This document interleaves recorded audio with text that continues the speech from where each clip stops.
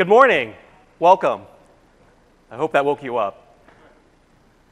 We're excited to be here today. My name is Jason Watson. I'm a program manager on the Windows Experiences and Devices team. And joining me on stage is Raymond Chen, who's a programmer on the same team. Yes. So we're excited to be here today. Yesterday during Joe Belfiore's keynote, you saw a glimpse of the value proposition of sets for your customers, and also for you and for me, for essentially all users of Windows. Today, we wanted to spend a little bit of time talking about the developer opportunity. We want to talk about what sets means for your business and for your applications. And so that's what we'll focus on today. Sets is essentially a new way for users to be productive on Windows by helping them to group apps and web content together. But most importantly, being able to help those customers to get back to that content on any of the devices that they own. This will help them to increase productivity, help them to get work done in the most effective way. With this user opportunity also comes new re-engagement opportunities for you and for your apps. First, with sets, we're introducing a new surface in Windows called the new tab page. This surface is easily discoverable by users from any window on the system and makes it really easy for your customers to find and launch your applications in the context of a set that they're working on. Another opportunity that Sets introduces for you is that Windows will prompt users to restore tabs for your app when a user opens up a document that's related. So with this feature, with Sets, there's a new re-engagement opportunity where opening documents can literally lead to re-engagement into your app to help a user get work done effectively. So I'm going to walk through a quick example of the new tab page. And you saw a piece of this during Joe's keynote yesterday. So I'm working on a set. And very easily, I can click on the plus to get to the new tab page. The new tab page has a lot of content related to Office because I'm an Office subscriber. You'll also notice that on the new tab page, there's information related to my organization. If you're in IT, your organization will have the capability of, through group policy, configuring aspects of the new tab page to help your users to be more effective, to get work done. Additionally, you'll notice under the search box, we will recommend on Windows frequently used app for the users, trying to help the user to get to what's next. We're making a guess based off of the apps that they typically engage in. But you're not limited to these app suggestions. A user can get access to any apps or content on the system they want to from the search box. So for the search box, as you can see here, I'm able to launch the Excel application, which is a line of business application. But that application could easily be your line of business application. And so with search on new tab page, there's a way for your users to easily discover and launch applications to help them to get work done.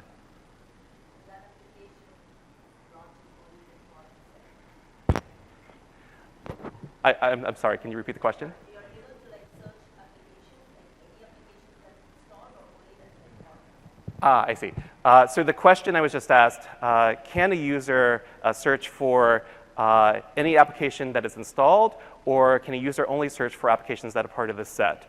The goal of the new tab page is to help the user to get to what's next, and that's not necessarily an element that's already in that set. And so from search, you can search through any installed applications on the system to get to what's next. It's a good question. Thank you. The other value proposition of sets is really helping your customers to pick up exactly where they left off in your app. And so in this example, I've opened up a document that relates to a task I need to get done. Windows prompts the user, would you like to restore the previous tabs, and shows kind of a glimpse of what are the different tabs that can be restored. These are things that were previously tabbed with my document. And by restoring these tabs, this basically provides me with the ability to re-engage in other related activities to creating that document. And one of those related activities could be a line of business app. In this case, it's an Excel app, but this could also be a line of business app that your customers use to get work done.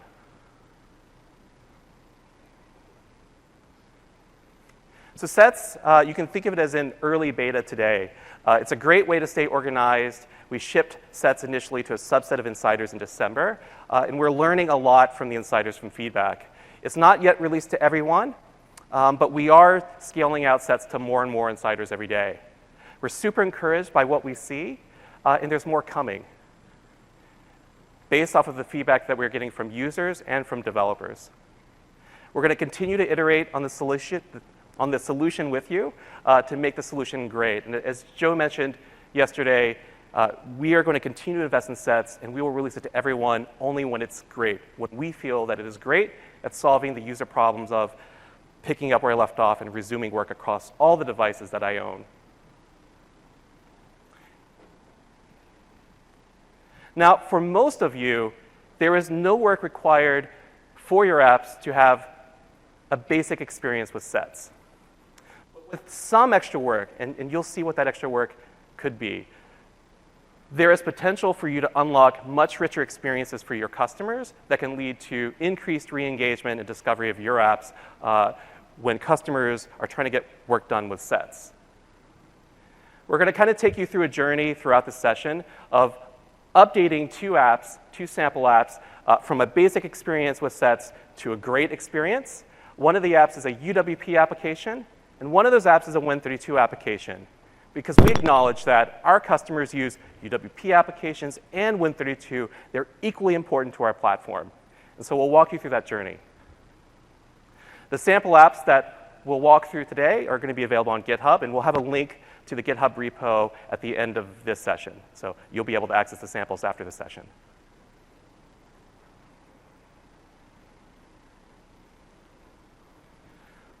So let's start with multi-instancing. Multi-instancing is a feature that's available to any Win32 application today. And quite simply, it is the ability for a user to run multiple process instances of your application on their PC. There are tons of benefits for supporting this today from a productivity standpoint. If a user is super engaged in your application and they can find ways to use your application in different parallel work streams, multi-instance is suited for that. It enables those type of scenarios.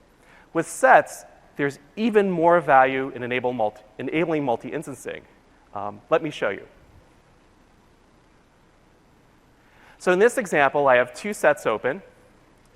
One of the sets is related to activities to planning for travel to Seattle.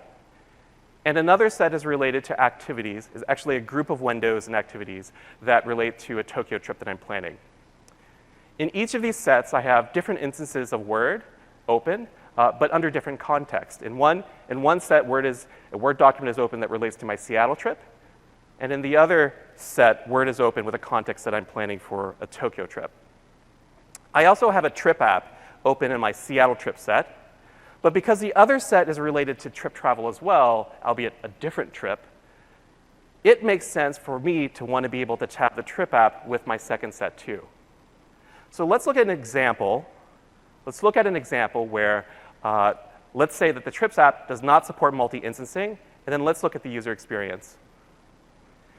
I'm on the new tab page, and I launch the Trip app, and then something unexpected happens. I, as a user, am taken to the Trip app, but because the Trip app doesn't support multi-instancing, we switch focus to the existing running instance of Trip, which has the sort of jarring side effect of taking me to a different set, right? And this has accomplished the goal of taking the user to their desired activity, but has also taken that user out of context, out of the set that they were working on and into a new set. Let's look at an example of where we can make this experience, change it from basic to actually really good for the user. And so in this case, I'll run through the same steps. I'll run the Trips app, but this time the Trips app supports multi-instancing. And so what happens is when I launch the Trips app in the context of a set, a new instance of Trips gets launched and gets grouped with the right set of activities. And so this is a very good experience made possible through multi-instancing. As I sort of led this section with Win32 applications support multi-instancing today, and now so do UWP applications. That feature is available for the platform today. It's really easy to enable this in your application. It's simply a manifest update, and it's optional. We recommend it because it has a ton of value for users that are trying to get productivity done in multiple parallel sets. But you should be careful. If your application today writes to resources on the disk, you need to make sure that you're serializing access to those resources before you turn on multi-instance. But for most of you, the work will be quite simple. It'll be simply just updating the manifest to support multi-instancing. And with that, I'm going to hand over to Raymond, and Raymond will do a quick demo of how you can enable multi-instancing in your apps. Hi, I'm Raymond. So here is a copy of the Trips app that Jason's been showing off. And suppose I'm over here clicking on my Seattle trip, and here are my important things that I need to do. I need to pack my suitcase, go to the Sets Talk, get my own autograph, and then go visit the Fremont Troll. Meanwhile, I go back into Timeline, and I see that, oh, I'm also planning a trip to London. But since right now this is a single instance UWP application, what it did is it took me out of my Seattle trip, and it transformed it into my London trip. So I lost what I was doing with my Seattle trip. So let's fix this problem. This is the application manifest file for the Trips app. I zoomed it up so we can all read it. It also means you can't see the top of it. Trust me, this is the whole thing. If we drop this new attribute that was added, it is supported in the April update that just went out. You can set supports multiple instances equals true. I'm going to hit F5. We're going to rebuild the Trips app and redeploy it. Of course, the ability to run multiple instances is something you're already used to doing with Win32 apps. Now we bring this ability to UWP applications. Even though the system will launch a new instance of the UWP application, you can still take advantage of some new APIs that we've added to let you adjust exactly how the new instance runs. You might decide that your application is very document-centric, and if the user is opening the document that is already running somewhere else, you don't want to open 2 copies of the document. You just want to switch to the existing one. So there are ways for your application to adjust how the multiple instancing works. So here we have my app again. It is hiding under my remote desktop thing. There it is. I'm going to go into my Seattle trip. Isn't that great? And then somebody asked me a question about my London trip, so I'm going to go and launch my London trip. And oh my goodness, it's another window. How did that happen? That's just magic.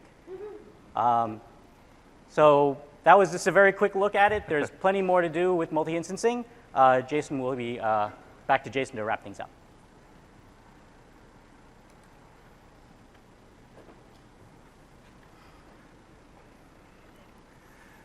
So that was just a quick look of multi-instancing, and we believe that investing with a little bit of investment to enable multi-instancing in your UWP applications, that can take the experience for your users in terms of getting work done from basic to good. Now we're going to switch to investments you can make in your app to really make the experience pop for your users, to make the experience super rich and great. And we'll start by talking about user activities. And we'll start this section actually by describing a scenario that will probably be a very common scenario, and how you can make this a scenario really rich for your users through user activities. In this example, I have a set open, and again, we're back to planning for a Seattle trip. But I've made some progress. I've been engaging in Raymond's Trips app, and now I'm thinking about the things that I want to do in Seattle. And so in the Trips app, I am at the Seattle page, and I have also selected an item on my to-do list. But I get interrupted. I mean, this happens all the time, and so I close the set. But I, as a user, have confidence that with sets, I can easily get back to this set of activities at a later time. We're going to look at 2 examples, and in the first example, this is an example of sort of basic restore of sets. This is what happens by default on the system if you don't enlighten your app with user activities.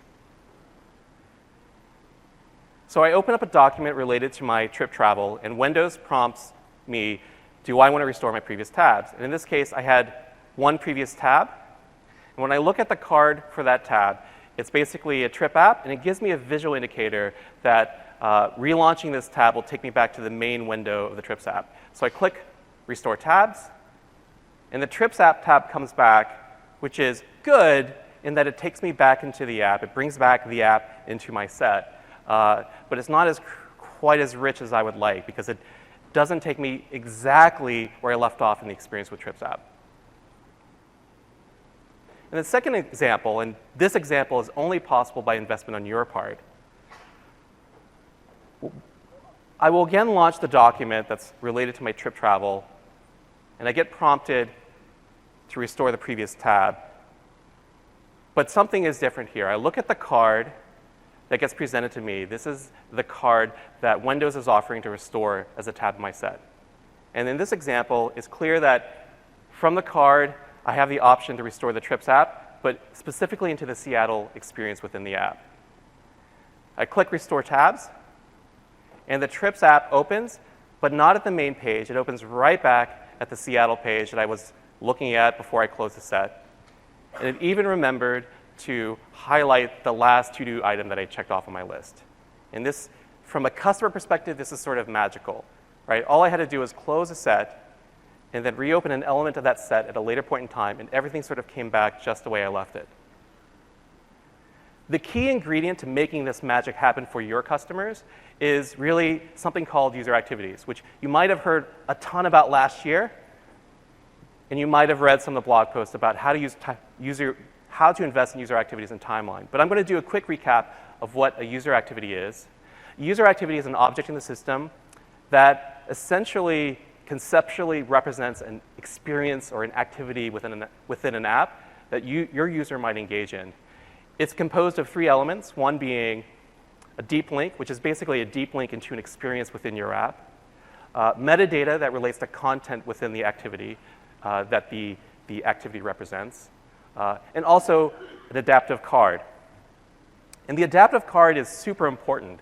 The adaptive card information essentially represents visually what it looks like to re-enter an activity within your app. And that visual representation of the activity can show up in different Windows surfaces, one of them being Timeline. And so in this example, you can see different cards presented to the user that represent activities they were engaged in the past. And these are essentially new entry points for users to re-engage into your applications. So it's super important for these adaptive cards to be inviting for your users, but also useful. The adaptive card should indicate very clearly visually what activity that they're going to take the user to. The information in these adaptive cards are also used by the system to build cards when we restore tabs.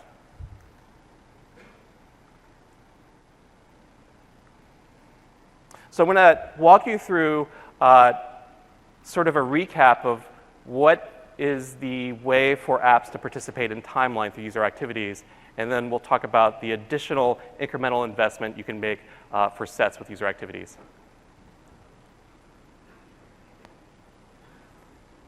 To participate in Timeline, an application will essentially publish user activities to the local activity feed on a device that essentially represents what the user was engaged in your app.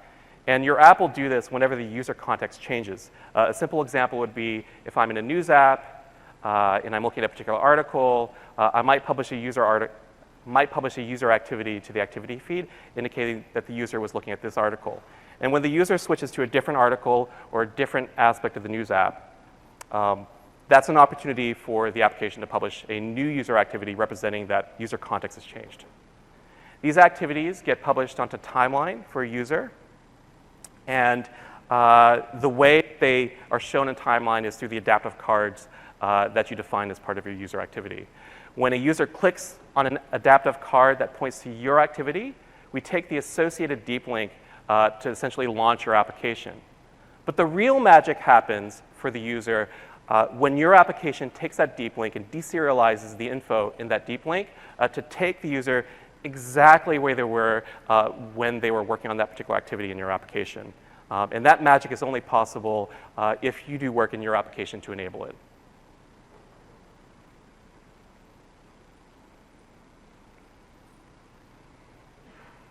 You can go further with sets, though. With incremental investment in sets, you can truly amplify your investment in user activities to create delightful, engaging experiences for your customers. You saw earlier how simply the act of opening a document that was previously tabbed with your application can lead to re-engagement within an activity in your application. That is only possible through investment from your side in your app to create rich user activities that can be used to take users back into the app contextually with the document. So essentially, there's an opportunity for your application to wait on request from the operating system for user activities. So for example, if a user decides to close a set, before the user decides to close a set, there's an opportunity for you to hand off a rich user activity to the system that can be then used to take the user back into that experience when they reopen the dock or reopen other elements of that set.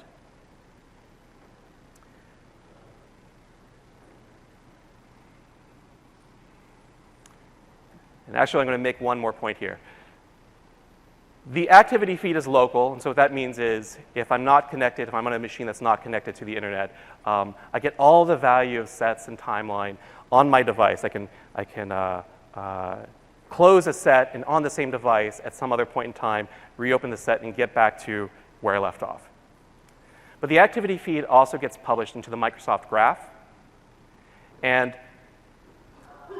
what that enables is for a particular user that's logged in with an MSA, that user that's logged in with the same MSA on other devices that they own can see their timeline on other devices and can also see their sets on other devices. And so that makes the investments, your investments in user activities, even more powerful. In fact, that will create opportunities to drive additional acquisitions or attach-free applications on other devices that your users own.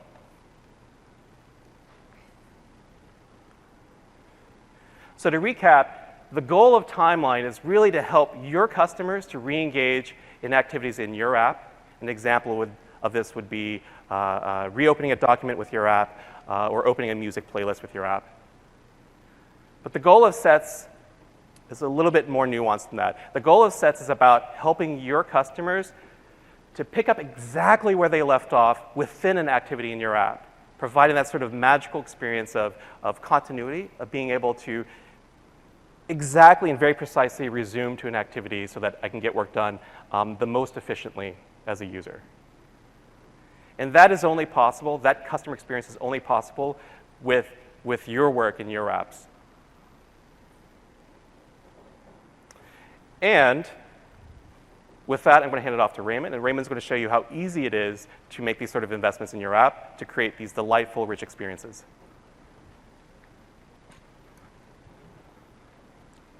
Oh my goodness, that's so small. Let me disconnect and reconnect because nobody can see that.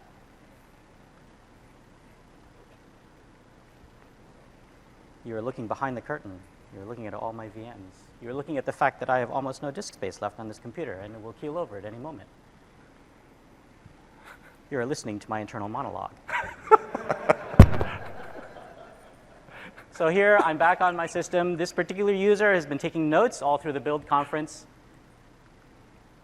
We open the notes. My VM crashes because it's run out of disk space. Here we go. How much disk space do I have? I have 6 meg. That is not going to be enough. Why don't we move on? We'll get back to this demo in a little bit. I could do that. All right. So the APIs that you will see Raymond demonstrate are available today in the Windows Insider SDK.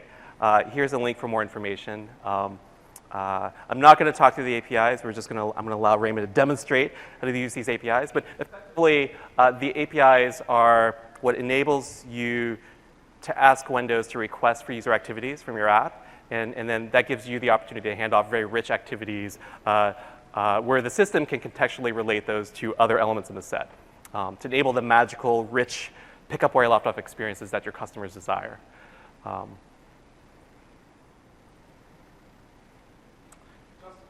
Yes? So when I tell the activity feed I'm doing an activity, it knows it's happening in a set. I don't need to tell it. Let me repeat the question. So the question is, if I have an application and it writes a user activity to the activity feed, do I have to do anything extra to correlate that activity with other activities in a set?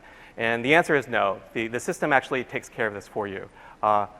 As Raymond gets set up, and because we have time for Q&A, I'll provide a little bit more context. So in the examples I showed before, I showed a basic experience, and then I showed the great experience, which requires a little a little bit of extra work from your side to enable that sort of magical experience for the customer. The basic experience, the apps didn't have to do anything to participate, right? So somehow the system knew that in the past with this document, I had this application, maybe this web page, maybe this other application that was previously grouped together by the user. And for this system, this is an implicit signal that, hey, this was an intentional thing from the user to group these things together. This must be a set. And so it's an implicit signal that we use to say these things are related. The way we sort of define the elements in the set in the system, we basically have user activities for each element, and then we have a construct on top of that where we represent these collection of activities as a set. For apps that don't participate explicitly, they don't provide rich user activities, we'll create a user activity on their behalf, but the kind of activity we'll create will be very basic. It's sort of, we know that this application was part of a set, so the deep link aspect of the user activity is essentially just an app launch URI for that app. But that's not as rich as what you can provide, because only you know what experiences your applications were engaged in, what experiences your users were engaged in your application.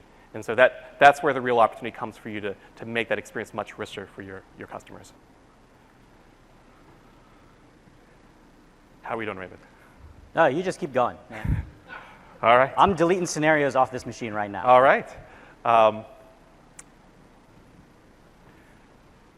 Can we do the window grouping? Catastrophic failure. Well, that's really effective. That didn't sound good.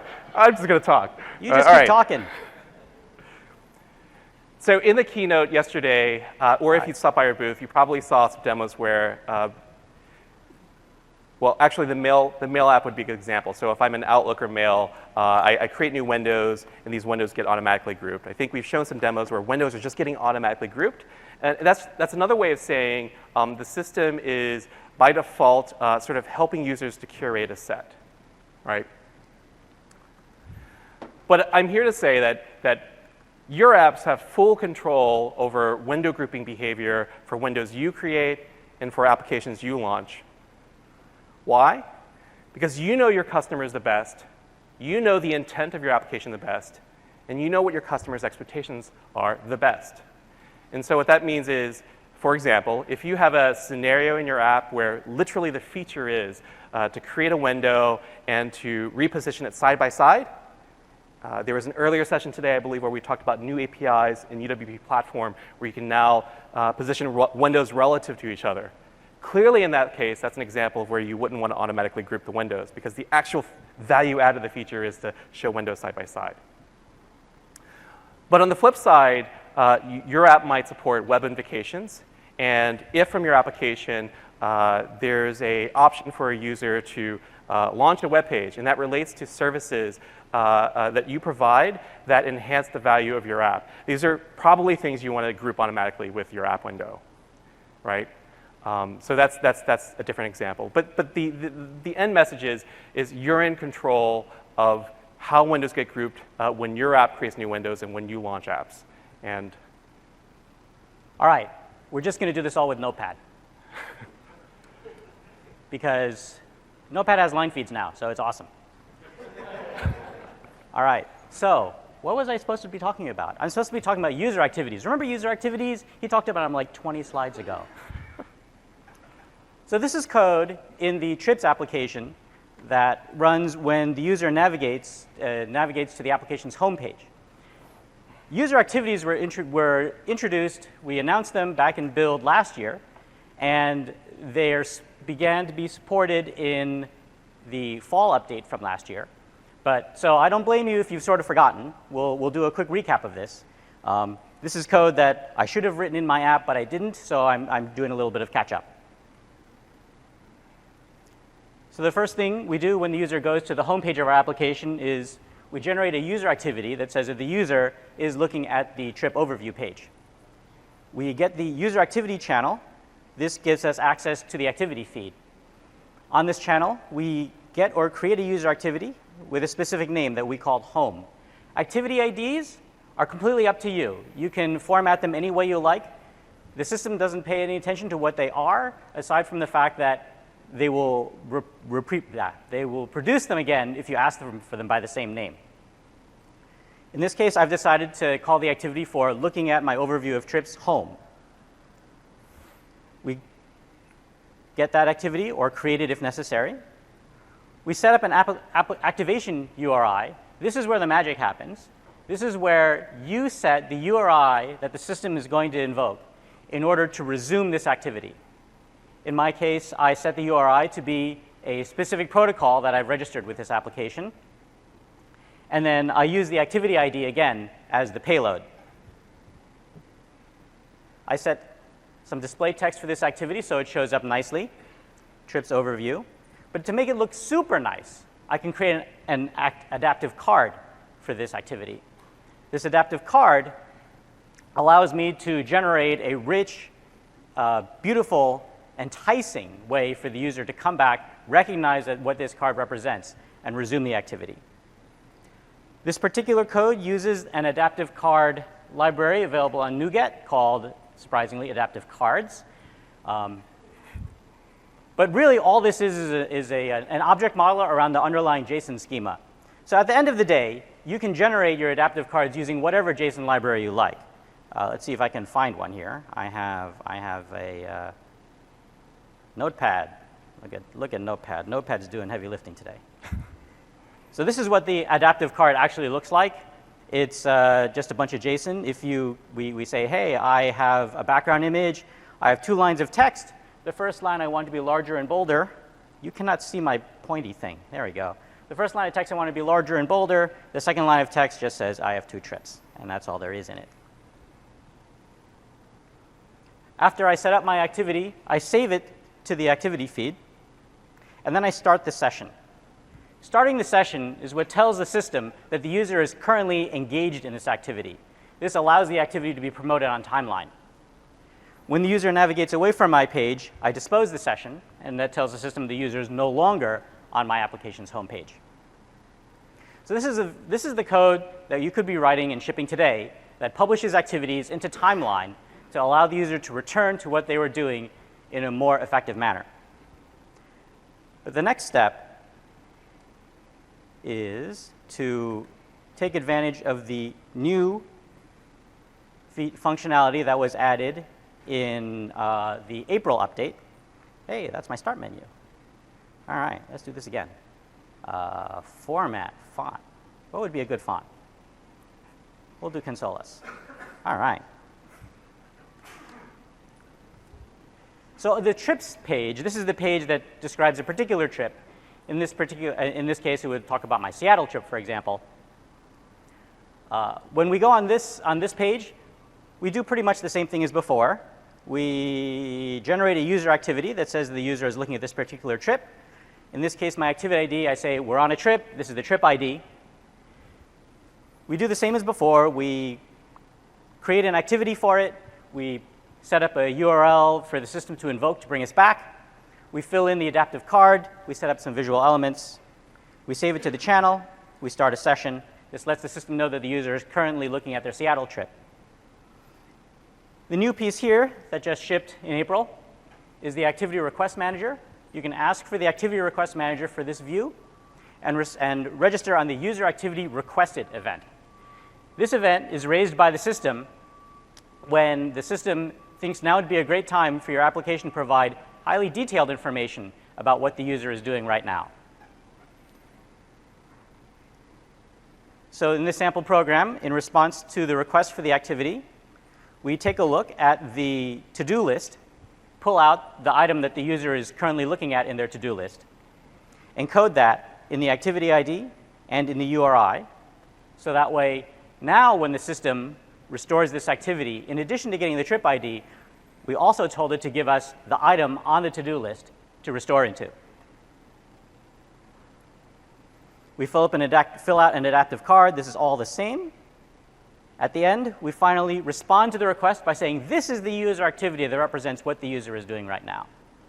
And so this is the last piece that lights up the sets and the restore scenario in sets that allows the user to restore directly into their application right where they were. Now, I know a lot of you are Win32 programmers, so let's go take a look at the Win32 version of this. I'm trying to type and talk.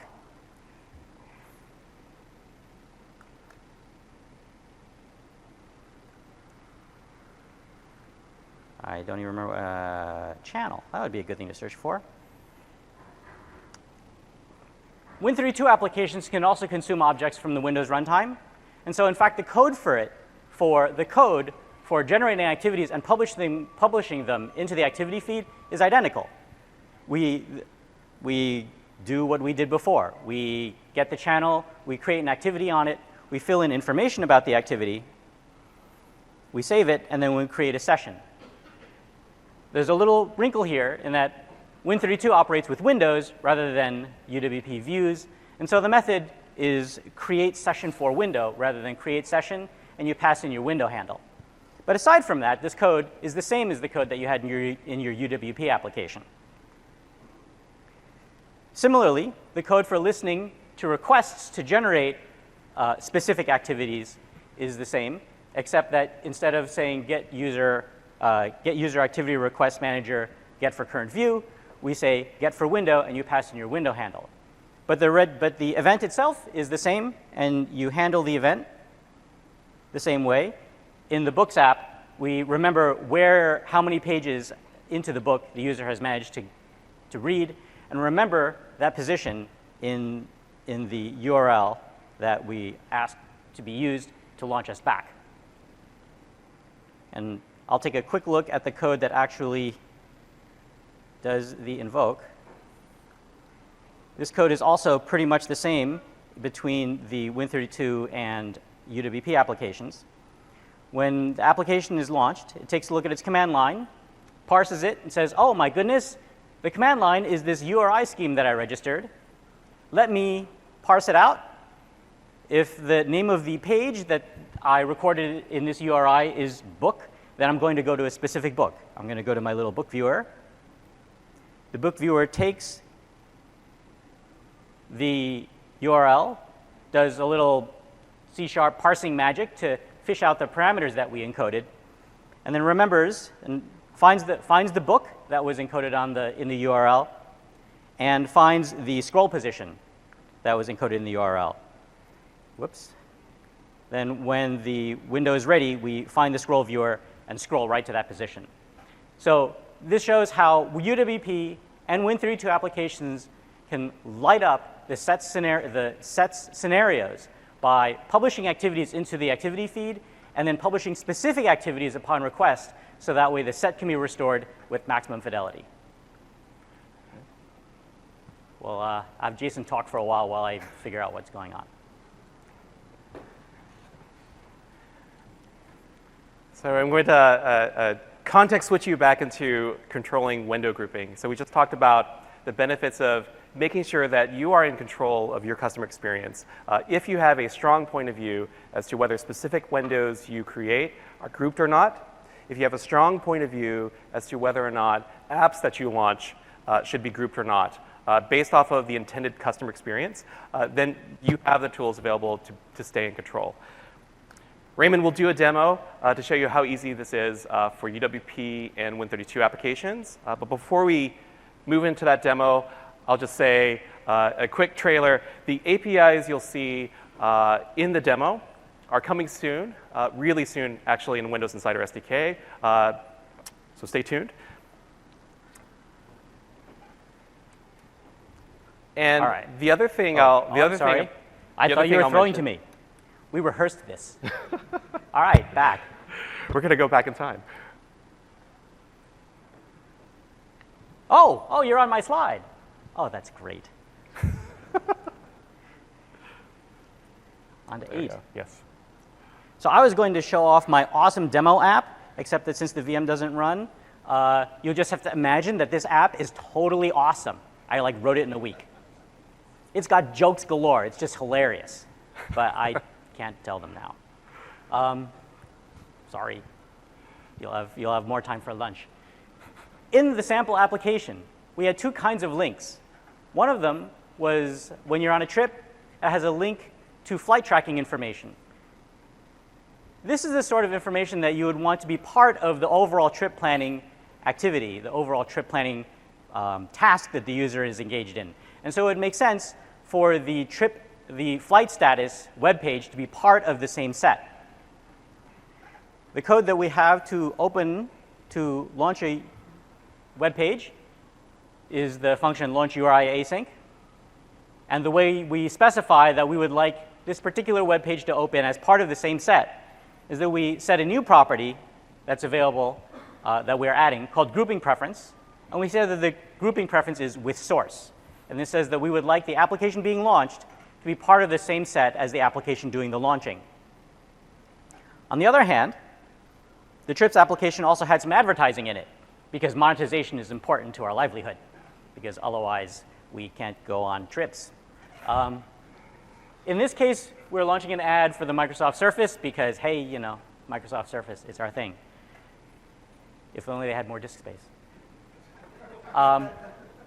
In this case, again, we launch the URI in the usual way, but we specify a grouping preference of separate to indicate that we want this particular window to open in a new set.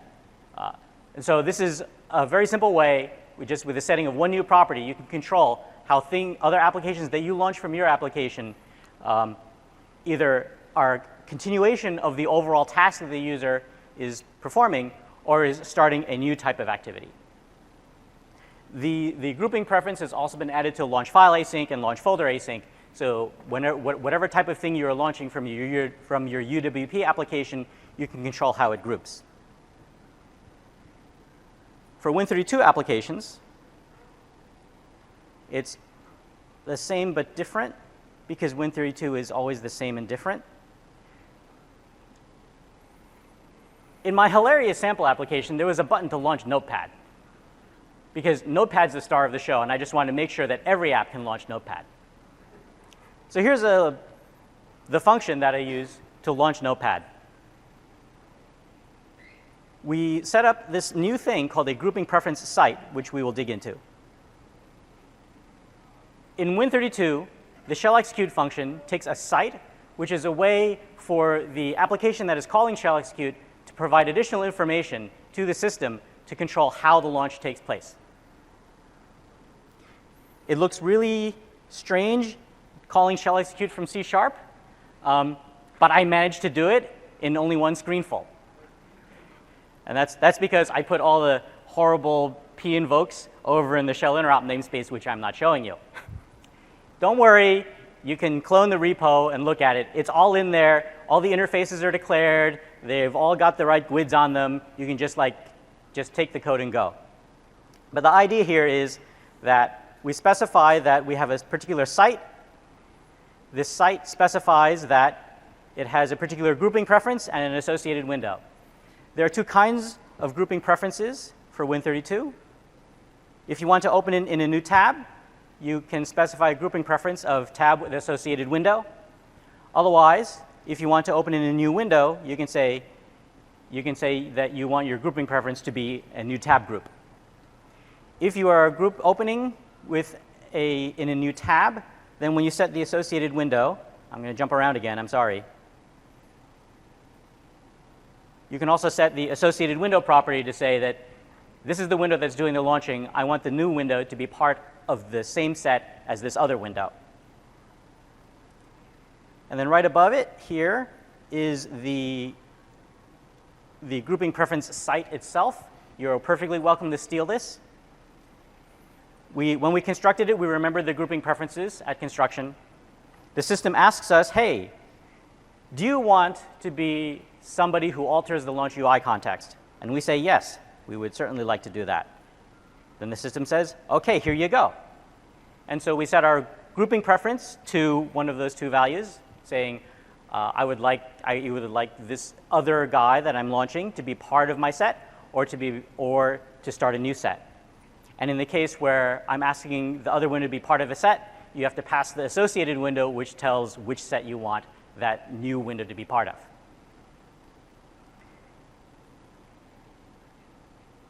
But we're Win32, so we like to create windows, because that's what Win32 is all about. If you took create window out of Win32, everybody would cry.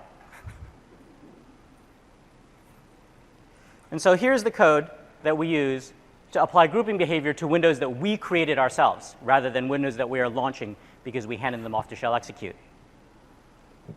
In the case where the application decides that it doesn't want to customize the grouping behavior, you just do nothing, and you will get some system-determined default behavior. If you want to force a new group, you can set a new DWM attribute called tab grouping preference, and you pass that same grouping preference value that we saw in the previous file. The new tab group, if you specify that you want a new tab group, then you set your window attribute to my grouping preference is new tab group, and then this window will appear as a new set. On the other hand, if you want to join an existing group, you set your preference to tab with associated window, and then you specify the associated window to be presumably your own window, so the system knows that we are the new window. In this case, you set the associated window to some other window in your application that you would like this new window to be joined with as part of a set. It is important that you set these properties before you show your window, because it is at the time you show the window that the system decides which set the window goes into. So if you're a Win32 person, you can do this in, say, NC create or WM create. Just get it in before the show window happens. So that's a quick look at controlling grouping preferences, both for UWP, launching other things, or in Win32, either launching other things through shell execute or creating new windows on your own and customizing their grouping with DWM attributes. I'm going to throw back to Jason to pick up wherever he left off. This is going to be a recurring theme. So Raymond just showed you how you can take full control over how windows that you create gets grouped with your application. So you might already be asking yourselves, well, what happens to my application today in terms of grouping? Today and tomorrow, users will have the ability to control the default preference for whether windows that are created by apps get grouped or not. Right? So users can express a preference in settings, and that is the default behavior, assuming that applications don't do something special to say, I have a specific grouping preference. And so I'll walk you through a couple quick examples. Let's say that a user has expressed a preference in settings to not group windows by default. And so in this case, I have launched the Mail app, and the Mail app is unmodified. It does not express explicit grouping preferences for windows it creates. And so I decide to pop open a mail, and that mail pops open in a new separate window. The mail window still has a tab, so if I want as a user, I can explicitly drag and drop these things together to explicitly express that this is a set. These things belong together. But by default, the system doesn't do that automatically. And when I click on an attachment in the mail, this basically causes another application launch, Notepad, and that attachment is open in a separate window. And so because the user has expressed a preference, by default, I don't want to group windows automatically. These windows essentially are created separate from each other, just as they're created today. Your customers might also express a different preference, which is to automatically group windows together. And so in this case, I'll run through the same steps, but the experience is a little bit different. When I try to pop open the mail window, that window gets grouped with the source window because the customer or the user has expressed a preference to automatically group things. If I launch the attachment with Notepad, that Notepad window also gets automatically grouped. And so this behavior happens if the setting that I showed you earlier is set to automatically group windows. So the user can express a preference, but again, you're in control, and so depending upon what the user expectations are for your app, whenever you create windows, you can override the system default preference. Okay, so now I'm going to switch to app visuals because I'm certain many of you are wondering, all right, so in a sets world, what does this mean in terms of visuals for my application? And I'll start by talking about the tab visuals. The tab icon is probably the first thing I tend to get asked in terms of what does sets mean for my app in terms of visuals. The tab icon is something you already provide today. It's essentially an icon you provide that shows up on other Windows surfaces like taskbar. We essentially take that icon and just repurpose it for the tab as well. And here's an example. The Photos app, you can see that the icon in the tab matches the icon that's used in the taskbar. Tab callers are also important, And we provide apps with the ability to control the foreground and background colors in their tab when their window is in focus by the user. When the window is not in focus by the user, then we revert system theme colors, and this is intentional. This is to help your customers, your users, to be able to easily distinguish between tabs, i.e. windows that are in focus, versus windows and tabs that are not in focus. Actually, I will make one more point. Controlling tab colors is really interesting for two primary reasons for you. One being branding, right? So if you have a brand, the ability to express that brand in the tab can help sort of differentiate that tab from other tabs in the system. And it just sort of reinforces your brand. And so there's an opportunity, if you have a brand color, to reflect that in the tab. The other opportunity is to really make that tab feel more connective or native to your app. And so being able to visually connect the tab with your app is also super important to deliver a delightful experience for your users when they engage with your app, just from a polished perspective. So in this example, I'm going to look at the OneNote app. And in the OneNote app, you can see that the tab is branded purple, and it also feels visually connected with the rest of the app. The OneNote window is currently in focus, but when I click on the Trips app and bring the Trips app into focus, you can see that the OneNote tab is no longer branded. The colors now are controlled by the system. And this is to help the user to visually understand that the OneNote window is no longer in focus. And here's an example where I've switched the system theme to dark theme. And you can see that all of the inactive tabs, doesn't matter if the tab is selected or not, reflects the system theme. But when I click on the OneNote window, now the OneNote window is back in the foreground. It's back in focus by the user. And so now the app is back in control in terms of the colors in the tab. And with that, I'm going to hand it back to Raymond, who will walk through an example of customizing tab colors.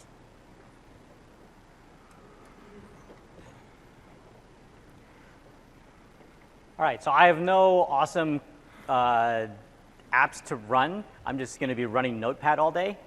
So this is the code in the Trips app that sets the lovely, soothing teal color in the title bar. This is the code that's running in the application today, running on systems that are already out there in market. This is the way you set your title bar colors in UWP. We get the title bar for the current view. We calculate some of our very carefully chosen by marketing branding colors. And we set those colors into our title bar to adjust all the colors that appear in the title bar, so that way it is coherent with the rest of the colors in our application. The changes that you need to make to get this to light up the colors in your tab is absolutely nothing. This code also works at colorizing your tab. Similarly, as Jason noted, you don't have to do anything to get your application's icon to appear in your tab. We'll pick it up automatically from the taskbar. And the taskbar picked it up from your application manifest, and you have to put an icon in your application manifest, or the store gets mad at you. For Win32 applications, Win32 doesn't really have an existing way to declare to the system what your title bar colors are, so we need a little help.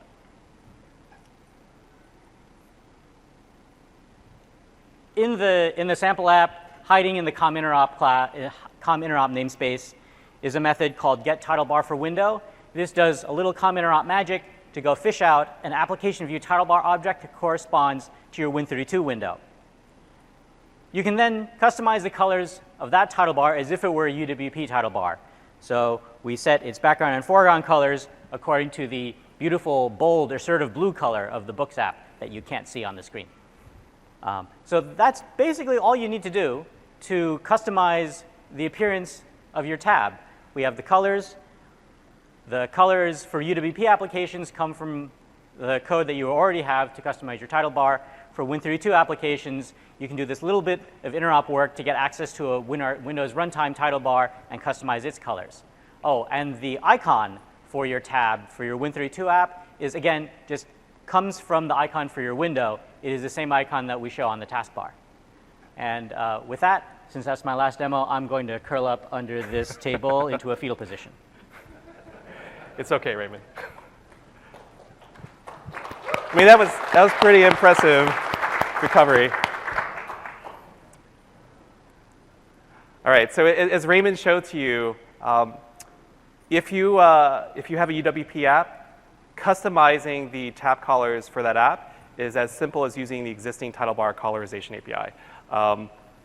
In fact, if you already customize the title bar today, your tab will already reflect those colors today on a build with sets turned on. For Win32 apps, we provide a new API. Raymond has just walked through it. You'll have access to the sample code at the end of the session from the links in the resources slide. And that API will also be coming soon, probably this summer. So stay tuned. OK, so the last topic that I have for App Visuals is back button. We have new guidance for integrating back button into your app, and that's essentially to use an in-app back button. This is different from guidance that we have provided in the past. But that guidance has evolved to really help developers to create a more consistent back experience across different modalities on desktop. I'm running in tablet mode. I'm running a window with a tab on it. I'm running a window without a tab on it. The back experience should be consistent across all those, but also across devices. And I'm going to take a moment to acknowledge that most of you probably already do this today. Most of you probably already implement an in-app back button, because what we've heard from you is that for your customers, it is important to have a consistent back experience across all the devices that your customers care about, including Windows and Android and iOS. And having that experience be consistent across all is important. And so for most of you, this guidance might not be applicable. But for some of you, I'll have two additional points to make. One being, if you use System Back today, it will continue to work with sets or without sets. And then the second is, please consider looking at the guidance. We think that from a user point of view, following the new guidance will actually help set you up and your customers up better for success in the future as we think about back experiences across other devices and potentially new devices that ship in the future. And I will close on that topic with just a quick screenshot. So all of the inbox apps in Windows are moving to the new guidance, and they will be integrating an in-app back button in the apps. And in this example, you can see that the Photos app has an integrated in-app back button.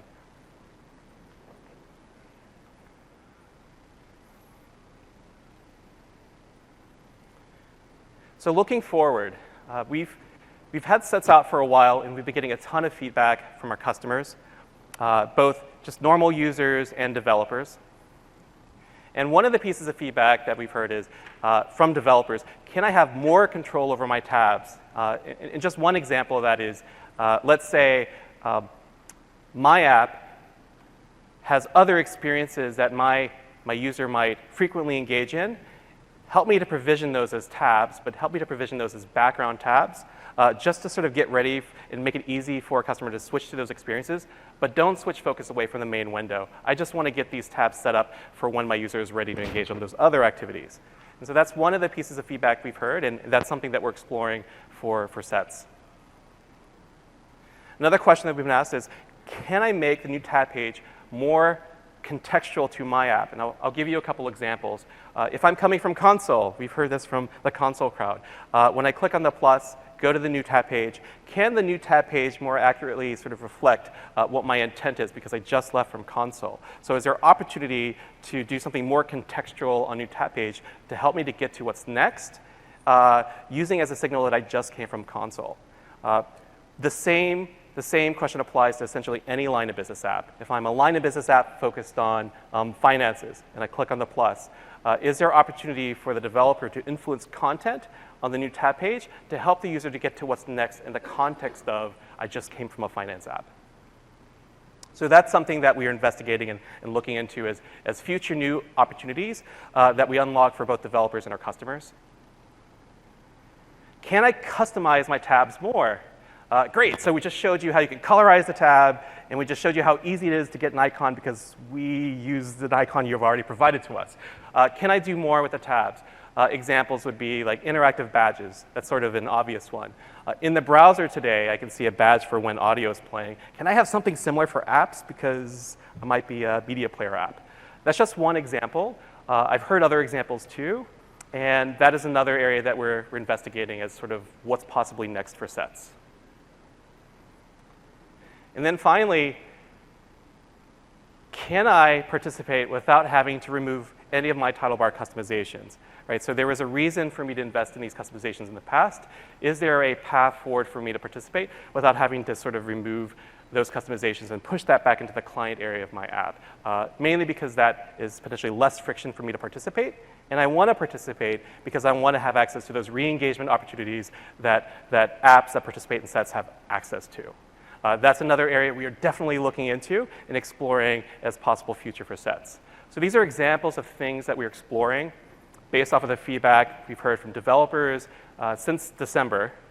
But I'm sure, we're confident that there are opportunities we haven't thought of that you might already be thinking of right now, or you might think about maybe next week or the week after as you digest all of the information that you've heard from Build.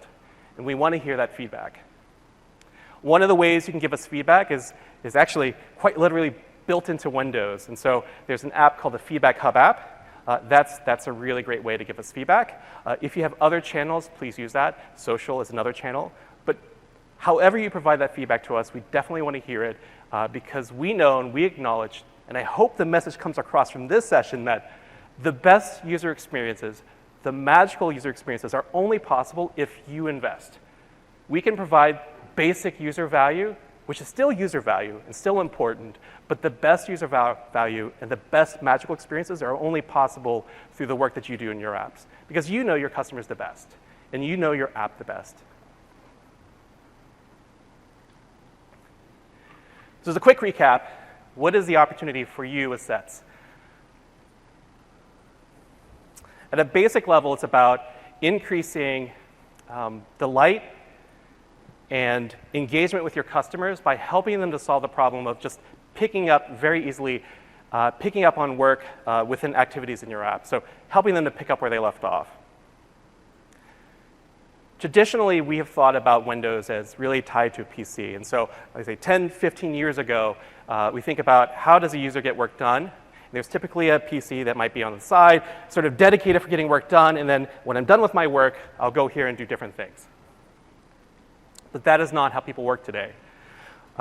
Typically, a user, a normal person, we'll just say a human person, will start work on one device that they own, and it might be a tablet, it might be a phone, it might be a PC, a device, but that work doesn't necessarily end there. The user will typically move to another device, and they would typically want to move to another device that makes it easy for them to get work done at a different location under a different context. And so moving between devices to basically get work done is a modern workflow. And so we see Windows as evolving as really helping to integrate user experiences across all the devices that they own. And therefore, we also see sets as an opportunity for you to inject your apps into that modern workflow. So the calls to action are really, today, take advantage of multi-instancing, supercharge your apps with user activities, validate the window grouping behavior in your apps and the tab visuals in your apps, and, if necessary, create small fixes to make them the best for your customers. And finally, if it's applicable to you, to adopt the new in-app back button guidance. And most importantly, give us feedback. Keep us honest, keep us on that path of delivering a version of sets that is great for our users, our shared users, and also great for you. We've got a slide here with a bunch of resources. I'll just highlight all the sample code that Raymond walked through in Notepad today are available on GitHub, and you can access the code from GitHub. Get access to Build with Sets, and you can run and see the things we're hoping to show you today. And we're excited to get feedback on that, too.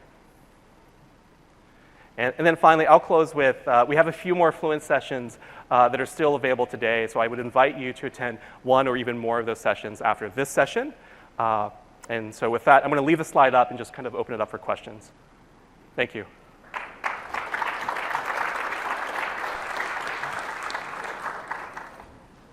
I've got a question for you guys. I've got a multi-windowing Win32 app. So I'm a product manager, so I'm not a Windows programmer, so I might misuse terms here. So it's a multi-windowing app, but it's not a multi-instance app. there are windows. I'm actually having a little bit of trouble hearing from the stage, so maybe if you can speak a little bit louder. So is this a UWP app or a Win32 app? It's a Win32 app, Okay. and it has multiple windows already, But all in the same process. all in the same process because there's a cache that it's running that makes it hard to share. Is there a way, though, of opening its own windows into a set deliberately, and giving a URI as a user activity, where it could say, yes, you want me to be open, and yes, the app that's originally opened might be in one particular set, but it might have a window that's been dragged into another set, or that it's opened in another set. Is that possible? I'm still trying to understand the scenario. So you have an application, it creates multiple windows, but it's only one process. Yes. You created an activity, Yes. and then the user launched that activity. The system is going to run your application with create process, probably. You can then recognize as, oh my goodness, I've already got a copy of me running. And you can just hand the activation to the previous. But I know which window you're asking for. Because each of my windows has a reason for existing. Right. And so the activity, presumably, you've encoded in the URL parameter of the activity what this activity represents. Like this is, I'm going back to document 3. And I happen to know that document 3 is already open there. in that window Yes. over there. In So I which could case, just make it forward. you can just like set focus to that window. It's like, I just did it. Yeah, will that work? Sure. Okay, cool. It just works, man. Hi. Hi. First question I have is about the taskbar. I was using the sets insider preview, and I found it a little jarring that the sets don't correlate well to Yes. where the things are on the taskbar. Is that something you're thinking about? Yes. So I had a slide previously where we talked about feedback questions we're getting from developers. From users, that has certainly bubbled near the top. It's clear that there's investments we're making in terms of being able to switch between activities with sets that aren't necessarily, I won't say necessarily, that aren't reflected in the taskbar well today. And so it is our point of view that that really there should be a more consistent experience across windows when we think about how we express sets and how users interact with sets. So that's definitely an area that we're investing. I'll say that sort of V1 of sort of how do we start addressing this is around the Alt-Tab investments. And I don't know if you remember from the keynote, but helping to switch between activities and sets with Alt-Tab. Now you can switch between individual web tabs. That was informed by like, that was sort of an effort to sort of help address a little bit of that problem, but clearly we aren't all the way there. And so the short answer is yes. We've heard customer feedback loud and clear. That's absolutely a place that we plan to invest. It's more than an exploration. Thanks. And my second question is, what exactly is the state of set support for Win32? Is it like every Win32 app can get it, or you have to opt into it? Like, obviously, there's a lot of customization they can do, so it's So we invite all Win32 apps to participate. I'll say where it makes sense. And so the constraints we have, which aren't specific to Win32, we'll just say for any application is there's certain things you must support in order to be able to participate. One of them being you should be able to minimize, maximize, resize. Because when you're part of a set, and let's say your window is not in focus, but some other window is, when somebody maximizes or resizes that window, all the other windows should support that too, right? And so there's that sort of base requirement. But then going specifically to Win32, beyond the sort of base requirement of supporting these sort of window management operations, the requirement right now is really, if you're a Win32 application, don't customize the title bar to participate.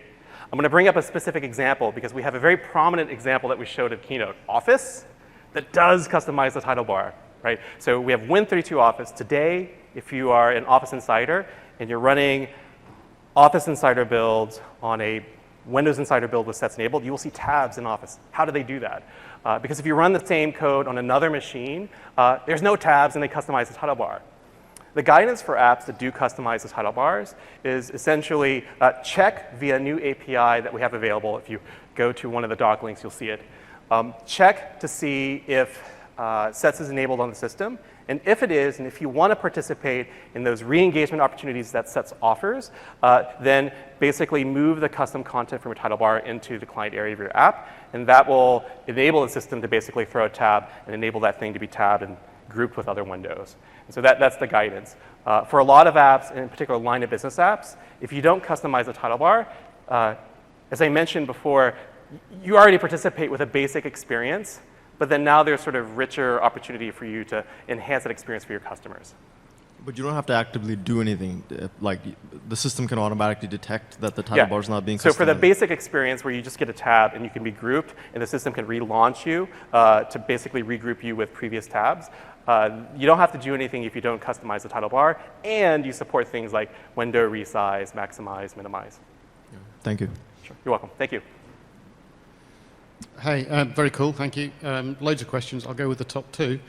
You said right at the beginning that not all insiders are getting the bits. That's right. Is there a way of opting into that so that I can get started on this We are next thinking week? through, my answer is going to be twofold. So we're thinking through, now that Sets is becoming more available to insiders, and we're also educating you on how you can basically make investments to make your app shine with Sets. Like how do we make this easier, in particular for developers and OEMs, to get sort of earlier access. So that I'll say, I don't have a clear-cut answer right now, but expect an answer soon from my team on what that story is. In general, we do want to have like segmented population using Sets and not, so that we can make sure that in terms of like the goals that we have, driving up user engagement, making sure we're actually solving the problem that we set out to solve, making sure that we're not introducing other problems, it's important for us to be able to experiment with that and make sure that we're on the right path. Sure. But that being said, I think our point of view is there should be an exception for developers now that we're making ask of you, and there should be an exception for OEMs because they are also developers. That's exactly my point. Okay, Yeah. and then the second question, again, I'm coming from a Win32 environment. Are there C++ WinRT bindings for all of the APIs that you've shown us today? Everything you've shown was C#. I would defer to Raymond. Yeah, so what you can do is when an SDK comes out that supports the new Windows, that has the new grouping preference, for example, you can take the WinMD from the SDK and run it through the program that converts WinMDs into CPP WinRT header files. Yeah. And they will come out and they will work. Okay, cool. Thank you very much. Thank you. Do these grouping preferences work for PWA apps as well? I don't know. I just learned about the letters PWA yesterday. I'll so answer a different way. So yes, Raymond is correct. Our focus has been UWP and Win32 applications. When we look at sort of the existing, I'll say, the existing opportunity of apps that already exist today, the vast majority are going to be UWP or actually the vast majority is Win32. And so that's sort of where we prioritized our focus.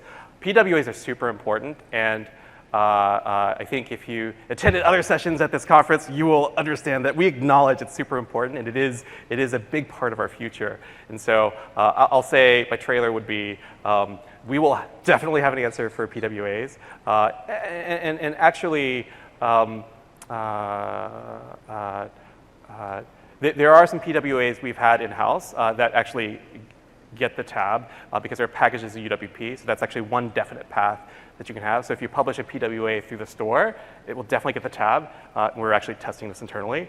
But there's a broader question of if I'm not in the store, I think will I get the tab? I think the more clear-cut answer will come later after build from I guess the other question, like some of the new APIs, like you invoke those through JavaScript and PWAs, and a lot of the universal apps are available, APIs are available through JavaScript to them. So I just wanted to know if these were planning to be available through JavaScript. Oh yes, all of the Windows runtime functions are available in all languages. So you'll certainly be able to set the property. We're just not sure if it'll work. But I think the answer is we need to make it work. Thank you. It's a good question. Thank you. I guess my curiosity is semi-related in that the tabs obviously look very similar to Edge's tabs, and so one of the obvious user questions is if it will also support the tab previews, the expanded tabs. That is something we're definitely exploring. So if you have strong feedback or point of view, please send us feedback. Okay. But it is something we are discussing. Yeah.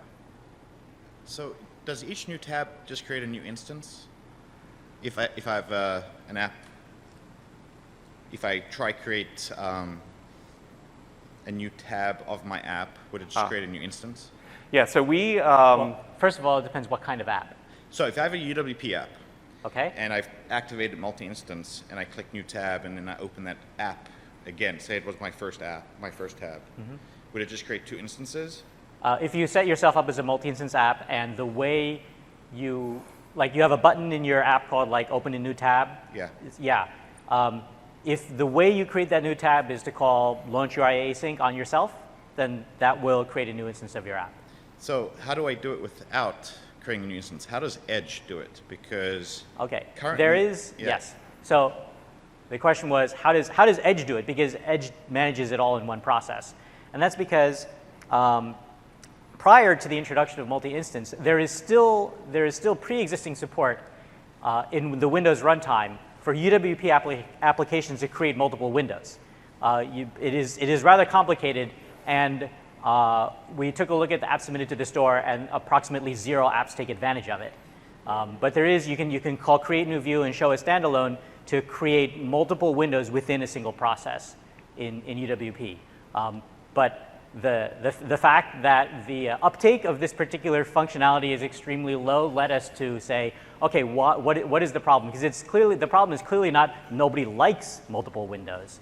The problem was more clearly creating multiple windows is too hard, and so that's why one of the pieces of impetus to do the multi-instance thing to get it easier. Yeah, I was creating a tab control using a single frame with multiple navigation states. And so if I switch tabs, I would just load in a new state into that frame. Right.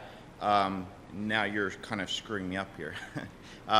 So if my app is pretty heavy and it's going to take up, a gig of RAM, and now you're going to create a new instance that's 2 gigs of RAM, a new instance 3 gigs of RAM.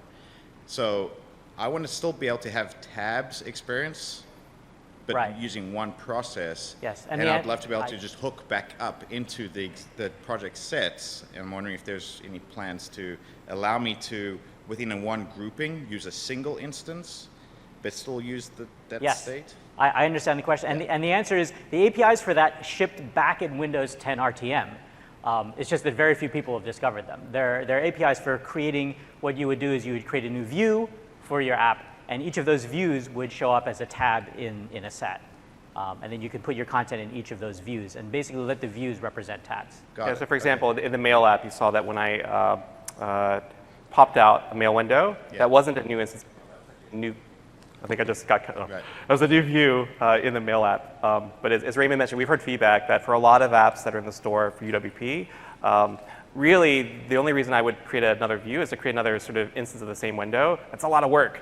And so I don't do it. But with multi-instance, if that's really what you're trying to do, that provides a really super cheap way for you to create multiple instances of the same window, except they happen to be in separate process instances. Got it. Okay, great. Yep. Thank you. Hi, so my first question is from user side of view. When I'm multitasking, I'm working on something. I have 3 monitors, and I obviously want my windows to be side by side to see all of them. Is it possible to make separate windows part of the same set so they could be reopened at the same time? Yeah, so earlier there's a question on, are you guys thinking about making the taskbar more consistent to sets? And I talked about feedback is bubbled up. Yes, we are on. I'll say for this one in particular, even more so. And so the feedback we're hearing loud and clear is from users, actually users and developers, is yeah, I totally get the value of getting back to Windows in a set, but the way I typically work, because I have monitors, or a high-res monitor with a lot of real estate, effective real estate, my set actually, the set that I want to go back to is Windows side by side. So we've heard the feedback. We are definitely exploring ways to address the feedback, and one of the first things I think I sort of hinted at but didn't talk explicitly about in one of the slides is the ability to kind of restore side-by-side windows. So I think V1, one of the things we're exploring, an idea we're exploring, which is, can we use as sort of a hint that this window belongs in the set? Like if I drag an existing tab that was part of a set, and then snap it adjacent to that, and then I snap maybe the rest of the tabs to a different part of the monitor. That should be a pretty strong signal that that user actually intends to work with this window side by side, and so that should still be part of a set. And so we're thinking about like what would that mean in terms of the user experience, and can we deliver on the benefit that you're really asking for? The other is maybe I didn't drag the window from a set of group windows, but I just snapped windows. I'm clearly engaged. I clearly snapped there in focus. I'm engaged with these windows. Can't that be a strong signal that this is a set? So these are the examples of things that we're thinking about. The sort of fine line we have to walk through is unless we're providing users with a very explicit way to say these things are a set, we have to be careful that we have strong enough signals that we're guessing what the set is like really right, so that we can deliver on the user value versus just randomly throwing things together as a set. And so that's what makes the problem a little bit more complicated. But my short answer is we're definitely thinking about it. We've heard the feedback. That's definitely an investment that we plan to make in the future for sets. Right. And my second question is about window management. When multiple apps are part of the same set, they're obviously sharing the window. How does my app know what size window it needs to create? What size do I pass to create window X? What happens if I override WM window post changing and stuff like that? Yeah, so the way your app finds out what size it should open at is we just resize you. Okay. The window opens and we're like, oh, we've decided that you're going to be part of this set. This set is at this particular size, so we just like resize you and move you, and it's like, there you go. And yes, you can resist the change, in which case we just say, well, I guess this guy doesn't want to be part of a set, and we kick you out. Okay, so I would just pop up in a second window if it didn't resize properly. Yeah, we try to coax you into the set, but if you're just being stubborn, you don't want to go in, we can't force you. What about if I have a button in my app that makes it go full screen? What happens then? Do I get kicked out of the set then? Full screen is, yeah, we don't put full screen apps in sets. That doesn't really work out that great for the UI. Okay, thank you. Thank you. Yeah, in line with the taskbar, the tiles as well, you guys are thinking about, like, how does sets play a role when it comes to the tiles? Yeah, I'll say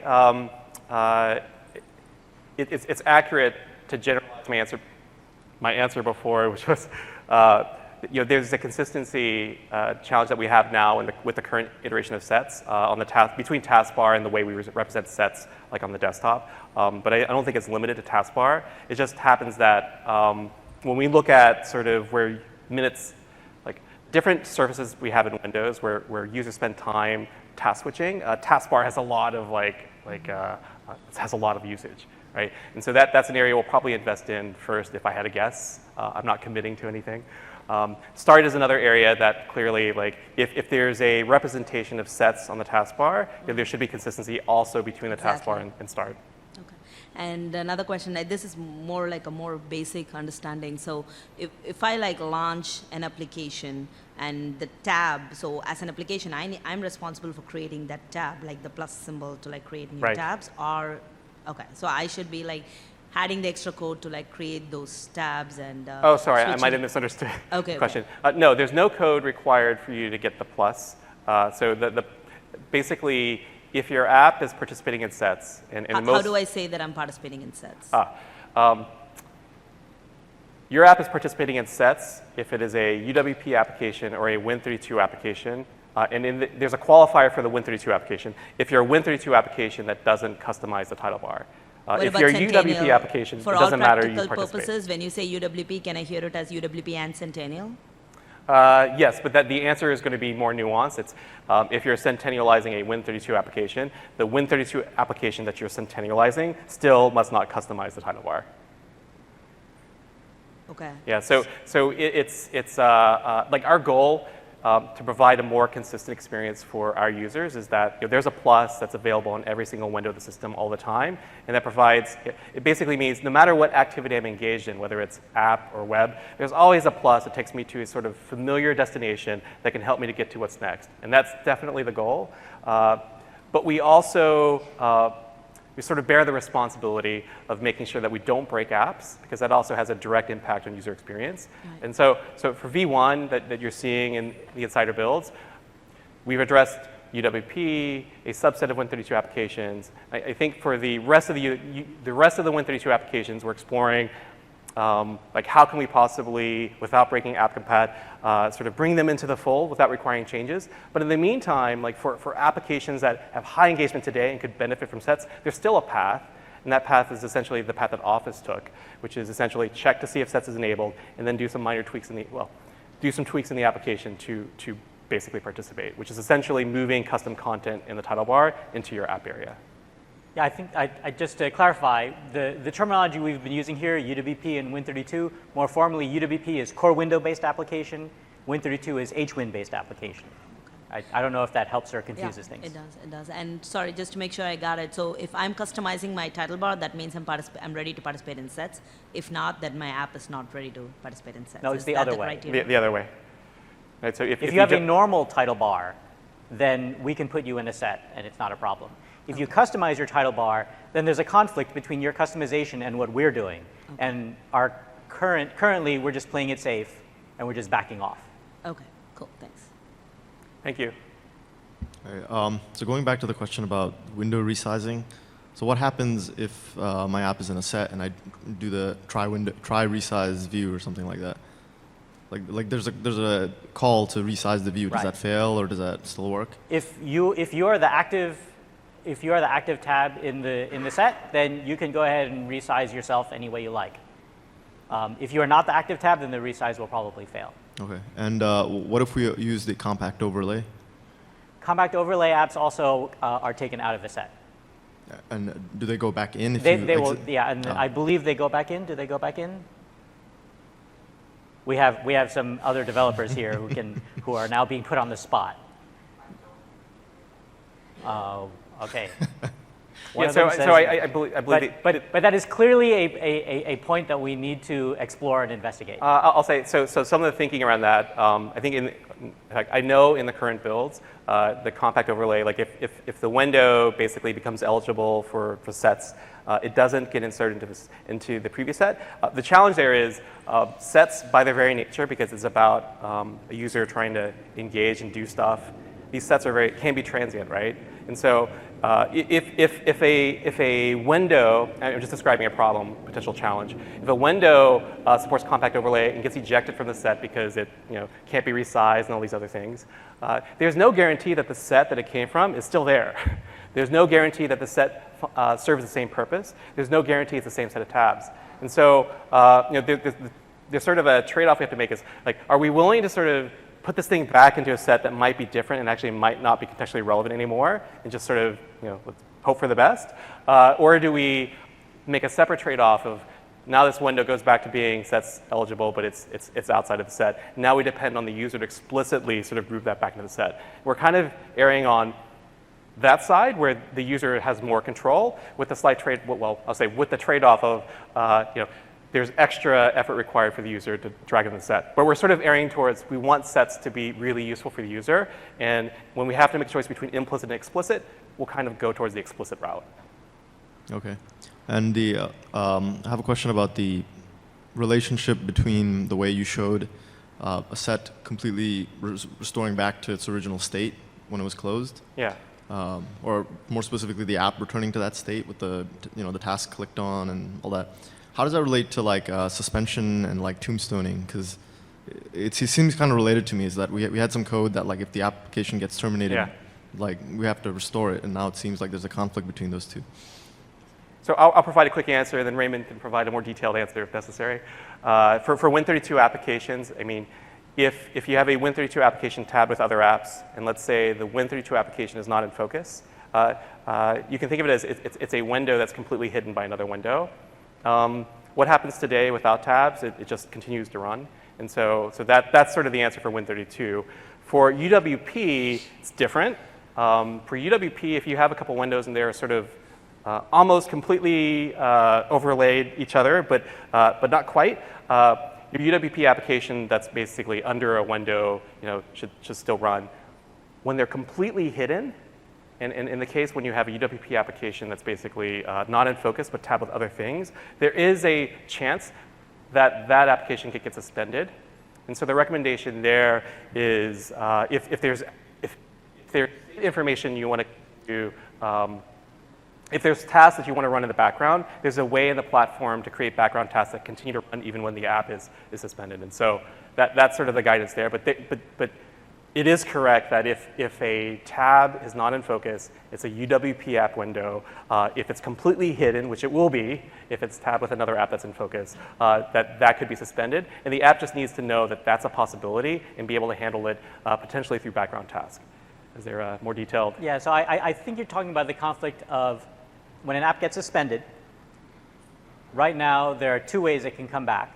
It can either be resumed or it can be terminated and restarted. Correct, yeah. And with activities, we introduced a third way for it to come back, which is it is restored from an activity. And your app can detect each of these three cases, because in the case where it's resumed, the app was never actually terminated, and you can just continue. In the case where it is terminated and restarted, then you get a normal activation and then you can look at its previous execution state. And in the case where it's resumed from an activity, you're going to get a protocol activation. And so those are the ways you can distinguish how your app is coming back and decide whether the correct thing to do is to try to resume what the user had when the app was terminated, or because the user is coming in to try to start or to resume some other thing. Okay. So anytime it's like a restore, it'll be that protocol launch, not the normal activation. If it was an activation from an activity, it will be a protocol launch. Okay. Thank you, man. That makes sense. Thank you. So we're way over time, but we appreciate all the questions. These are great questions. If you have any other questions or if you think of something maybe after the session, Raymond and I will be at the booth this afternoon. Please swing by. We'd be happy to chat as long as you like. So thank you so much. Thank you.